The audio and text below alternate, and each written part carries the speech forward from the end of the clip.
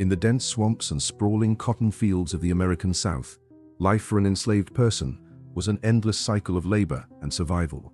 The landscape itself, both a blessing and a curse, demanded everything from those who toiled under the unforgiving sun. There was no escape, only work and the crushing weight of endless days spent in servitude.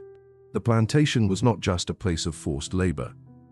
It was a world where the enslaved were made to feel less than human, where survival depended on more than just physical strength.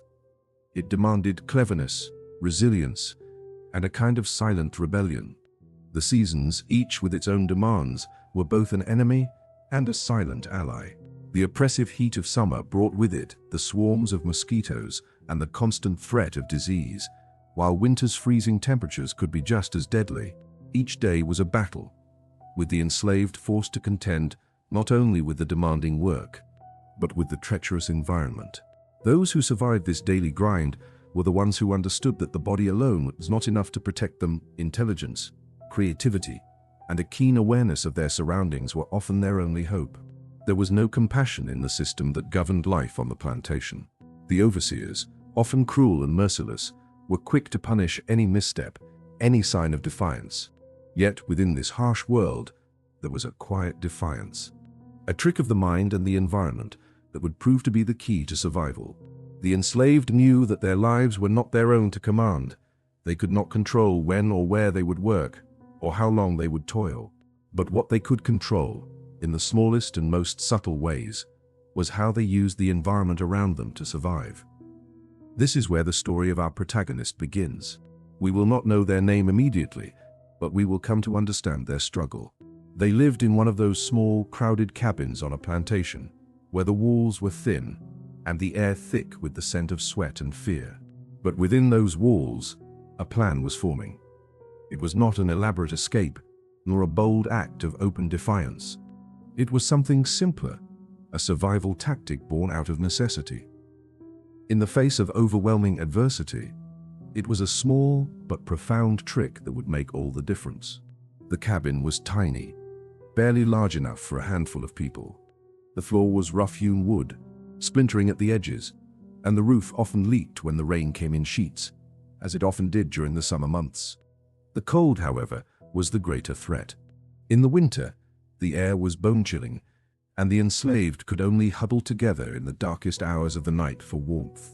Blankets were scarce, and the only food provided was minimal and barely enough to sustain a growing body, let alone keep someone healthy enough to work the fields.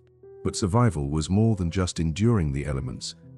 It was about outsmarting the system that sought to break you. It was about finding ways to exploit the very environment that was meant to keep you down.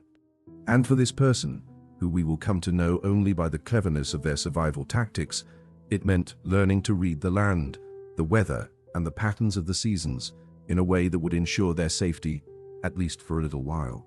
The trick they learned, simple yet ingenious, was one that took into account everything the plantation and its seasons had to offer.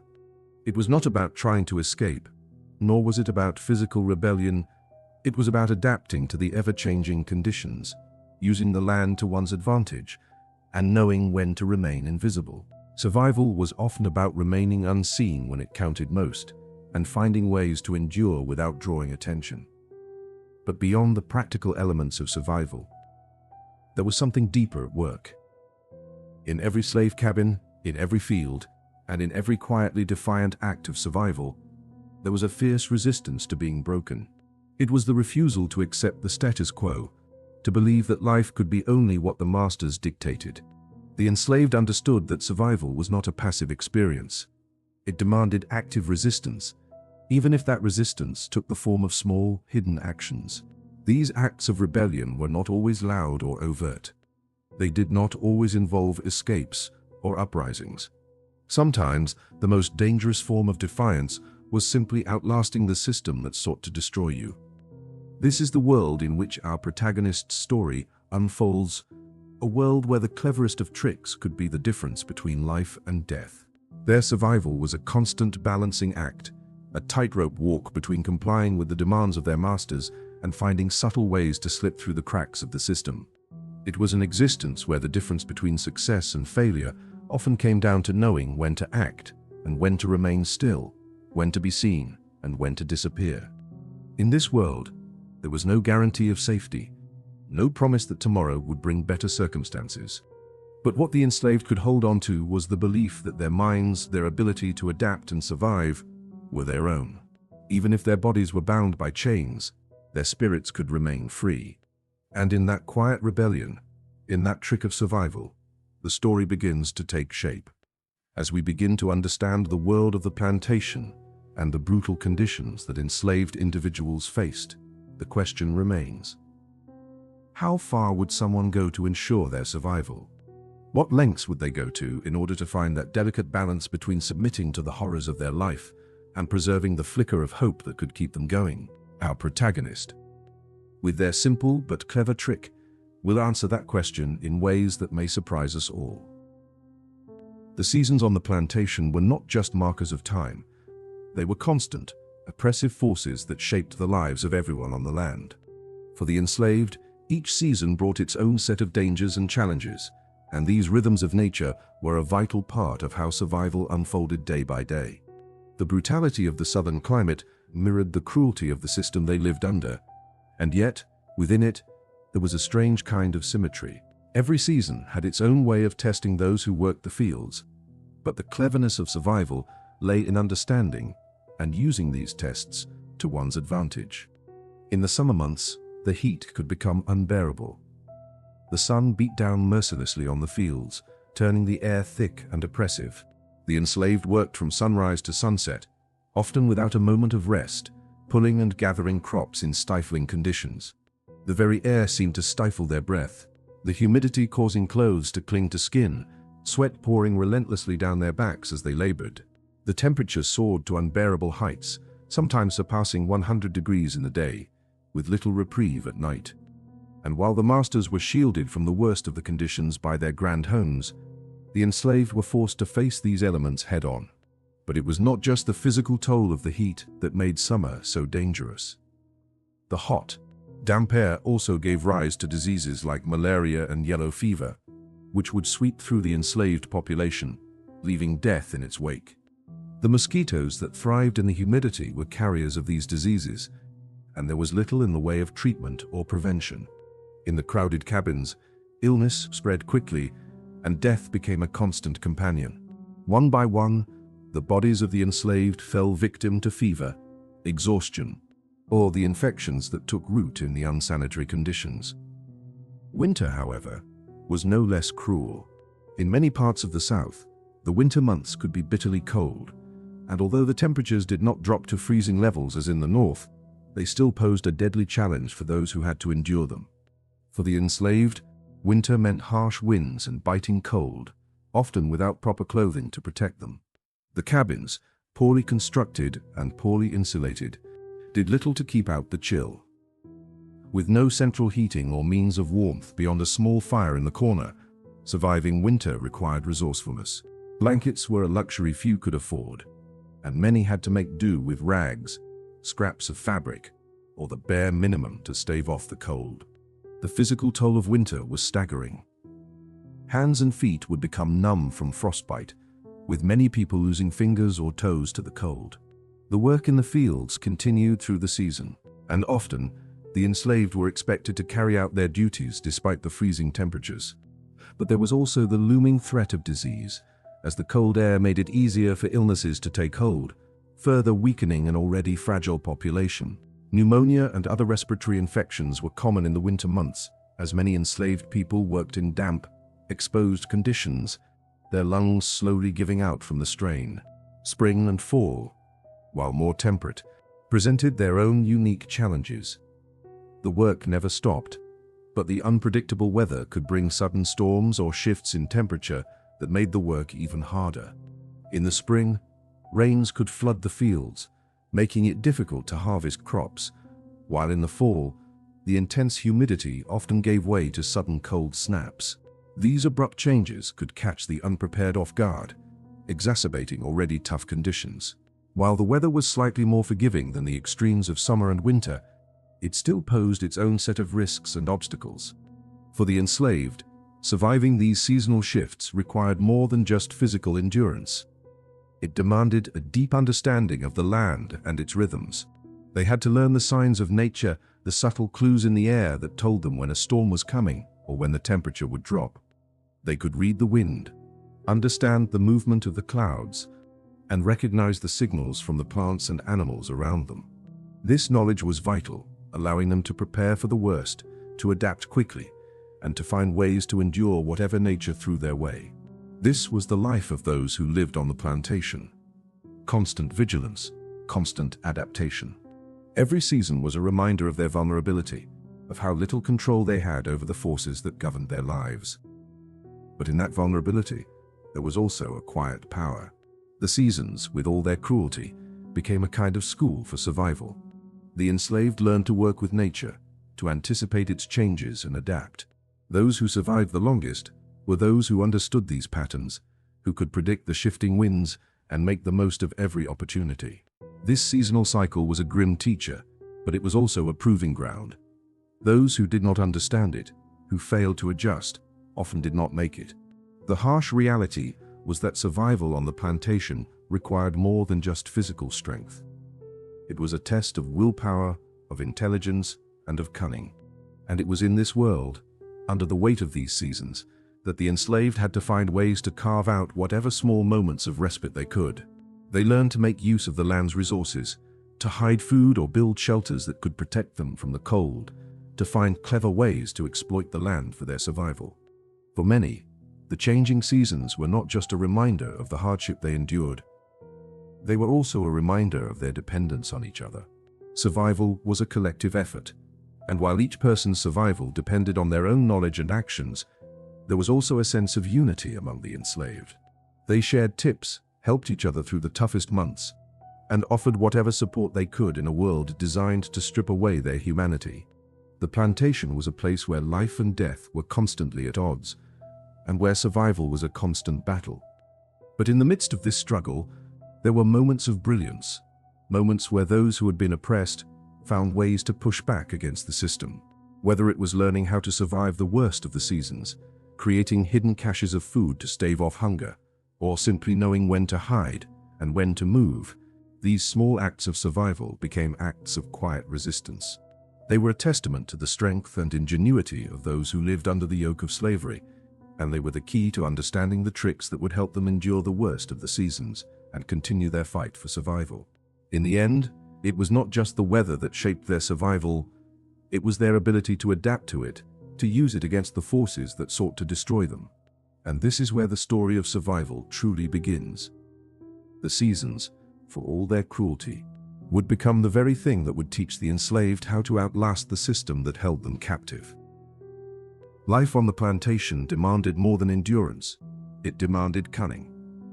Survival was never simply about working hard or enduring the unbearable sun and freezing winds.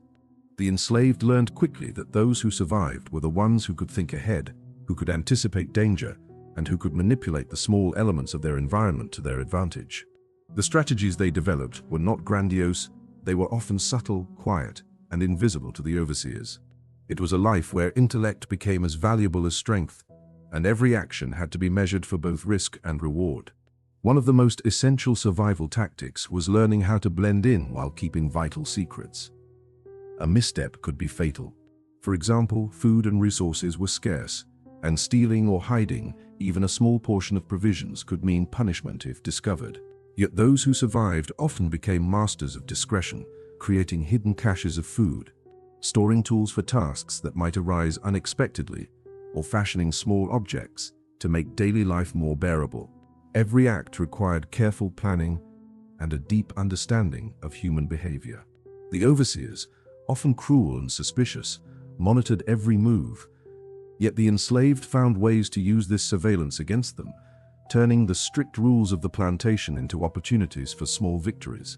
Physical survival was only one aspect.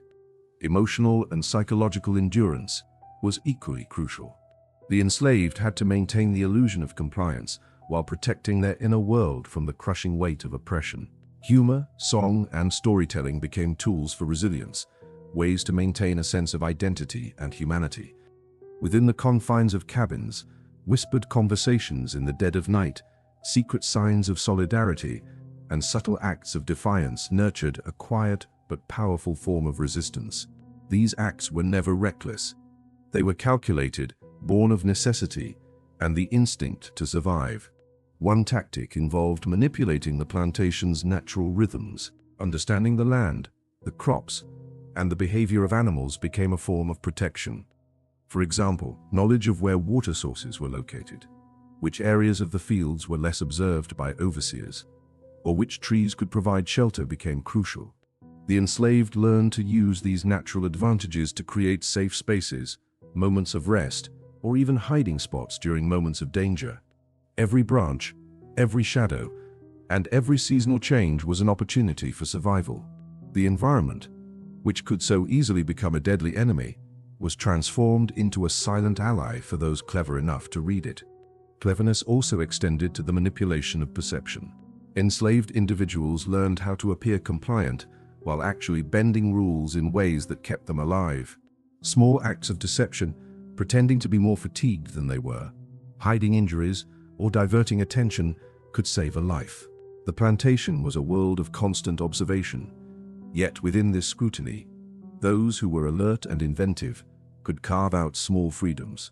Every smile, every act of obedience, every hidden maneuver was part of a delicate dance with life and death. The margins between survival and punishment were thin, but the enslaved learned how to navigate them with precision. Resourcefulness became essential. When tools or supplies were lacking, the enslaved found ways to improvise. They learned to make rudimentary shelters that provided some protection from the elements, to fashion rudimentary stoves or containers, and even to create rudimentary medicines from herbs or local plants.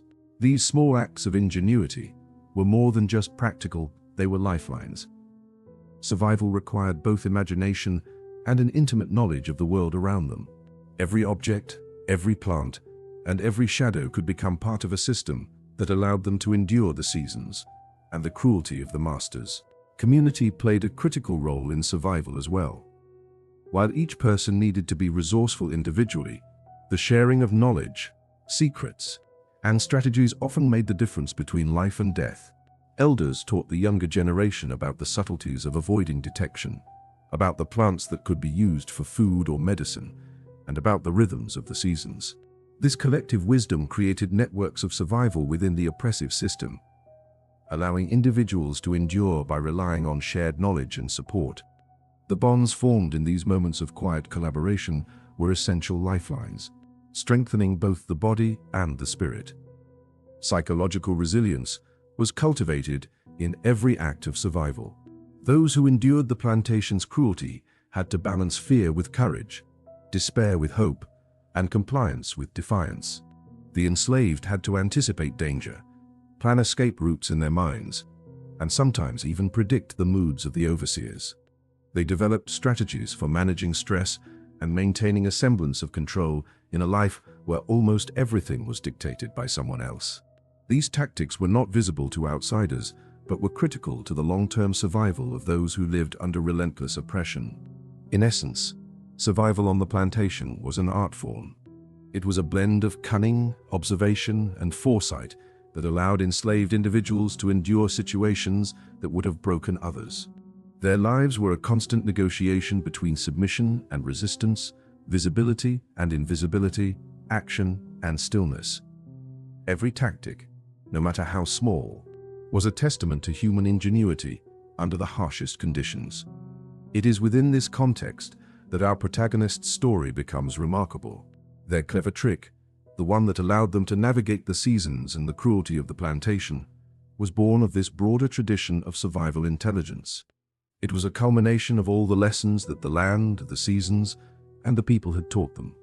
It was not a single act of heroism, but a series of calculated, intelligent choices that turned oppression into opportunity. Each movement, each decision, reflected the skills owned through observation, practice, and the relentless will to survive. In the end, survival was more than just living. It was outsmarting a system designed to crush every ounce of ingenuity and hope. Those who thrived were the ones who understood that life on the plantation required a mind as sharp as any weapon, and the ability to bend the world's harshness into a shield.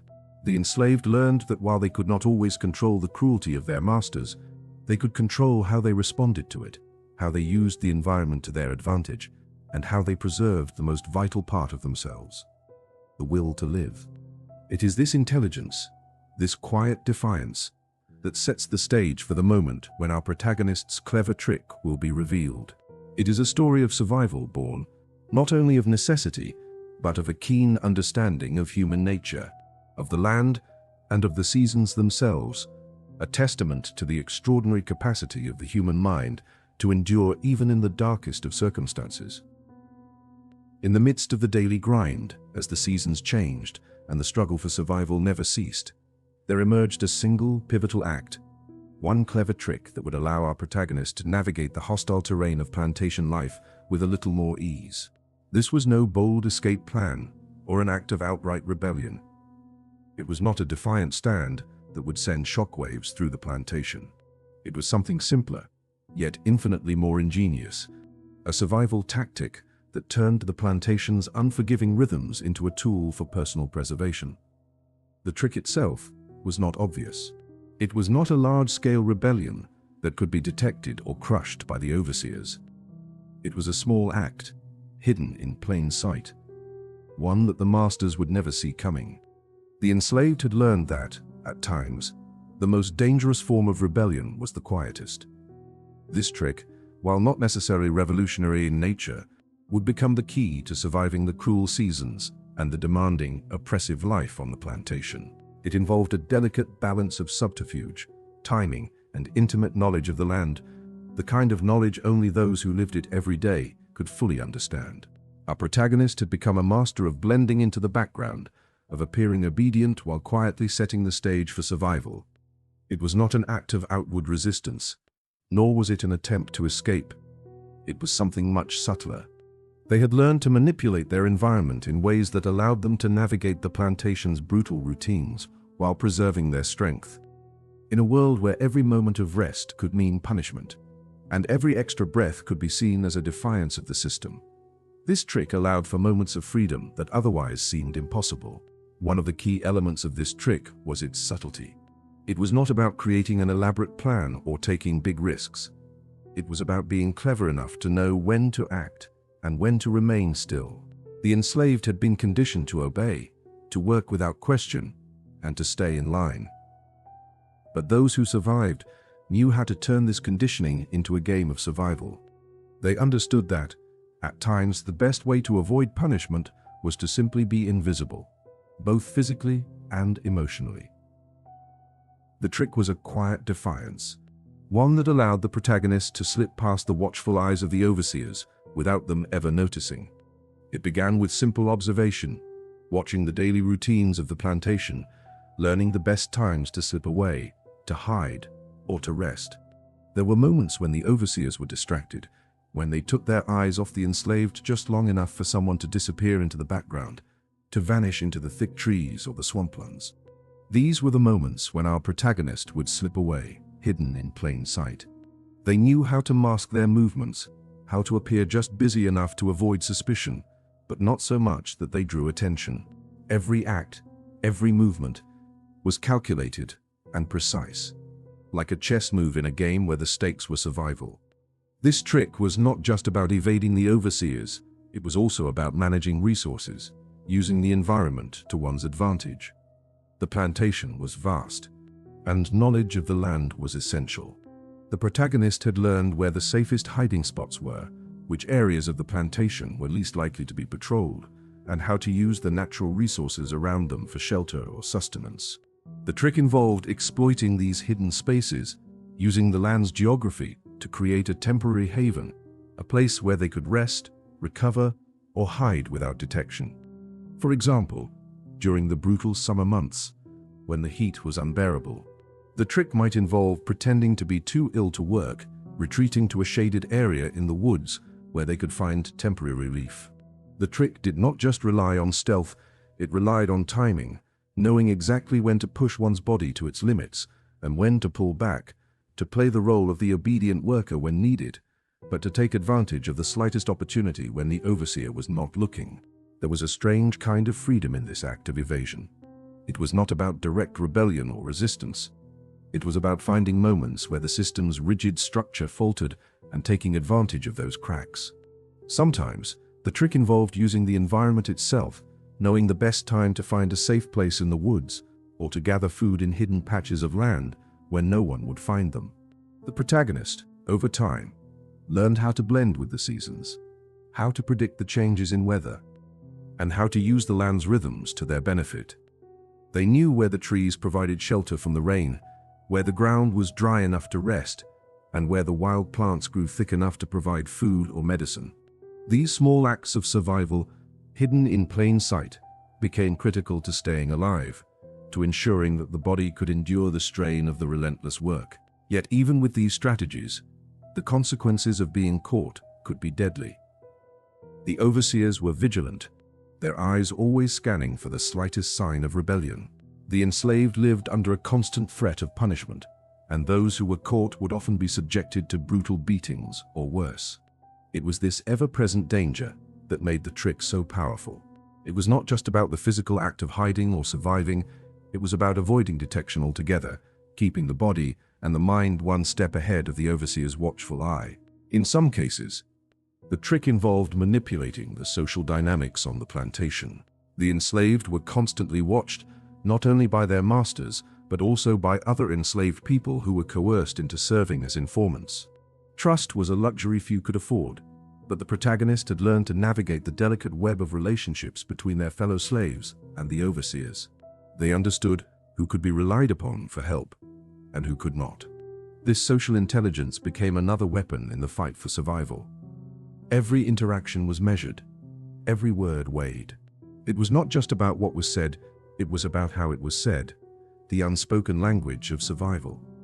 What was perhaps most remarkable about this trick was its emotional impact. The constant need to hide, to keep secrets, and to maintain the illusion of compliance took its toll. There was a profound psychological cost to living under such constant vigilance. And yet, through it all, the protagonist's ability to survive and evade the system provided a glimmer of hope, a tiny spark of defiance in a world designed to strip away dignity. The trick was not just about avoiding physical harm, it was about preserving the self, about maintaining a sense of agency and humanity in a system built to crush both. This clever trick, this quiet rebellion, was not a grand victory.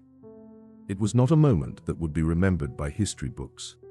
But for the enslaved, it was a small victory in a world where even the smallest victories were hard-won. It was a testament to the human spirit's ability to survive, to adapt, and to resist in ways that the oppressors could never understand. For our protagonist, it was not just about staying alive, it was about living in a way that preserved their humanity, their dignity, and their sense of self-worth. The consequences of survival on the plantation were not merely physical. They extended far beyond the body, penetrating deep into the psyche of the enslaved. The clever tricks that allowed one to survive the harsh seasons and avoid the ever-watchful eyes of the overseers were not without their cost. While the protagonist's survival tactics had granted them moments of respite, they also came with a heavy price. Every act of resistance, every subtle maneuver to evade capture, carried with it the risk of exposure, punishment, and further degradation. In a system that thrived on control, the slightest deviation from the norm was a threat, not just to the individual, but to the plantation as a whole. The masters and overseers saw every attempt at survival, every clever move, as a challenge to their authority. Those who managed to evade punishment for any length of time often found themselves under greater scrutiny. The system was designed to break down the spirit, to convince the enslaved that they were nothing more than tools for labor. Any act of defiance, no matter how small, had the potential to incite wrath. The protagonist's trick, though small and subtle, was not immune to these consequences. Even the best-laid plans could unravel with a single mistake. The tension between maintaining the appearance of obedience while executing their covert acts of survival was a delicate balancing act. At any moment, a single slip, a wrong move, A careless word could expose their tactics and bring down the full force of the plantation's punishment. The psychological toll of this constant state of vigilance was immense. Living under such intense pressure, constantly calculating the next move, had a way of wearing down the soul. For every moment of freedom gained through the trick, there was an equal amount of fear and anxiety. The protagonist knew that every time they took advantage of an opportunity to rest or hide, the risk of discovery grew. It was not just the overseers who posed a danger, it was also the fellow enslaved who had been conditioned to report any sign of rebellion. Trust was a luxury no one could afford. The fear of betrayal haunted every action, every quiet moment of relief. And then there were the physical consequences. The more the protagonist relied on their trick, the more it took a toll on their body. The constant evasion, the hidden moments of rest, the forced compliance, all required a physical strain. The body, though strong, was not invincible. The long hours of labor in the fields, the harsh weather, and the never-ending cycle of exhaustion wore down the muscles and joints. Even the best survival tactics could not stop the wear and tear of relentless physical labor. At some point, the body would rebel, muscles would stiffen, wounds would fester, and the effects of prolonged exposure to harsh conditions would leave their mark. Yet, the psychological toll could be even more profound. The protagonist's trick was a means of survival, but it was also a mechanism for coping with the crushing reality of enslavement. It allowed them to hold on to a semblance of autonomy, to retain a small piece of control in a world where control was non-existent. But in doing so, it also isolated them. Every act of survival, every move made in secrecy, created an emotional distance. The protagonist had to learn to live in a state of constant vigilance, never fully allowing themselves to rest, to feel at ease. The survival tactic that kept them alive also kept them on edge. There was no room for relaxation, no space for normal human connection. The trick, though effective, became a barrier between them and others, a wall built out of necessity that kept them both physically and emotionally distant. And then there was the fear of exposure. The longer the protagonists survived using their clever trick, the greater the likelihood that someone would notice something amiss. The overseers were ever watchful, and even the slightest deviation from the norm could provoke suspicion. The trick that had once given the protagonist a measure of freedom could, at any moment, become the very thing that led to their undoing. The constant tension between maintaining the appearance of compliance while secretly resisting was a double-edged sword. Every action, no matter how seemingly insignificant, carried weight. Every decision made in secret had the potential to unravel the entire system of survival that had been so carefully constructed. The emotional cost of this constant deception was high. The enslaved were expected to be nothing more than tools, their humanity stripped away by the brutal demands of the system. The protagonist, by using their trick to survive, was essentially forced to live in a state of constant negotiation with their own identity. They had to be both fully compliant and fully defiant at the same time. This created a kind of psychological dissonance, living a lie every day, performing one role on the surface while secretly playing another in the shadows. The toll it took on the mind was immense. They had to constantly compartmentalize their thoughts, to push aside the fear and uncertainty that came with each act of survival. It was as if their own mind had become another battleground, torn between the need for self-preservation and the ever-present fear of discovery. Perhaps the most insidious consequence of survival, however, was the erosion of hope. Each act of clever evasion, each small victory, was achieved at the cost of something else. Over time, the protagonist may have found themselves wondering, what was the point of surviving if it meant living in fear every moment of every day? The trick that had once been a lifeline began to feel more like a prison, trapping them in a cycle of constant vigilance, constant hiding. There was no room for dreams, no space for anything beyond survival. The very act of surviving became the ultimate goal, but with no real sense of purpose or end in sight. In the larger context, this psychological and physical toll was not unique to our protagonist. Every enslaved individual who employed such survival tactics had to contend with these same consequences. The system of slavery was designed not just to control the body, but to break the spirit, to crush any sense of individuality or autonomy. Survival, in this context, became a form of rebellion, but it was also a form of surrender. It was about holding on to life, holding on to something that resembled hope, even if it was just a fleeting illusion. The cost of survival was the price one had to pay to live another day, to hold on to the fragile thread of humanity that the system sought to strip away. In the end, while the protagonist's clever trick allowed them to survive, it came at the cost of their peace of mind, their physical well-being, and their sense of self. It was a double-edged sword, a necessary act of defiance, but one that carried with it a profound price. The price of survival on the plantation was not just measured in wounds or scars, it was also measured in the soul's quiet erosion, the slow but inevitable loss of innocence and hope. As the days wore on and the seasons cycled through their relentless pattern, the small victories of survival that our protagonist had managed to secure through their clever tricks began to accumulate. Each act of evasion, each moment spent out of the overseer's sight, was a fragile step forward in a world designed to break them.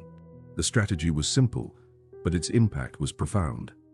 By outsmarting the oppressive system, by finding ways to rest, to steal moments of freedom when the watchful eyes of the masters were not looking, our protagonist preserved something vital: their humanity. However, even the most well-constructed survival tactics come with consequences. While the protagonist had managed to carve out small spaces of autonomy, the psychological and physical toll was beginning to show. The body, though resilient, had limits, and the constant strain of evasion, constant vigilance, was beginning to take its toll. Yet, despite the mounting costs, one thing was clear. The protagonist had survived longer than many others who had not learned how to navigate the ever-present dangers of plantation life. This story, while deeply personal, is also a reflection of something larger: the resilience of the enslaved. Each small trick, each act of cleverness and survival, was part of a broader system of resistance, an unspoken war of wills between the oppressed and their oppressors. The system of slavery was designed to strip people of their autonomy, to reduce them to mere objects of labor. But through their wits, their creativity, and their ability to read the land and the people around them, those enslaved individuals who survived were not merely enduring, they were silently fighting back. The protagonist's trick may not have been revolutionary, nor did it topple the plantation system, but it served a purpose far greater than just surviving another day. It was an act of defiance against the idea that the enslaved were powerless. It was a reminder that, even in the most oppressive conditions, there are always ways to resist, even if that resistance is quiet, hidden, and unnoticed by the masters. Survival was, after all, the most radical form of resistance in a world that sought to destroy every bit of hope.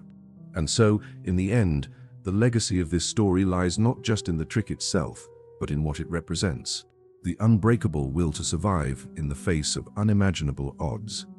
The enslaved may have been denied freedom, denied dignity, but they were never fully stripped of their humanity. They fought not with swords or open rebellion, but with their intelligence, their ability to adapt, and their refusal to be broken. That, in itself, was a victory. It was the survival of the soul, the preservation of identity in a world that tried to erase both. The escape, though planned meticulously, proved to be more elusive than imagined. The protagonist, driven by the desire for freedom, realized that the risks they had taken before, small acts of defiance, clever evasion, were nothing compared to the leap they were about to make. Each step toward freedom, each whisper of a plan, was fraught with danger. Trust had to be placed in others, and even that could be perilous. The idea of betrayal loomed heavy, yet the possibility of a life free from the shackles of slavery was too great a pull to ignore. In the final moments, as the protagonist made their move, every muscle in their body tensed with fear and anticipation. The plantation, once a place of oppressive control, became a landscape of escape. The path ahead was uncertain, full of dangers, full of unknowns, but it was a path that led toward hope. Freedom was not just an idea anymore. It was a real possibility, a future that could be seized, no matter the cost. The consequences were yet to be known, but in that moment, survival became something far greater, a testament to the enduring human spirit, the willingness to risk everything for the chance of something better.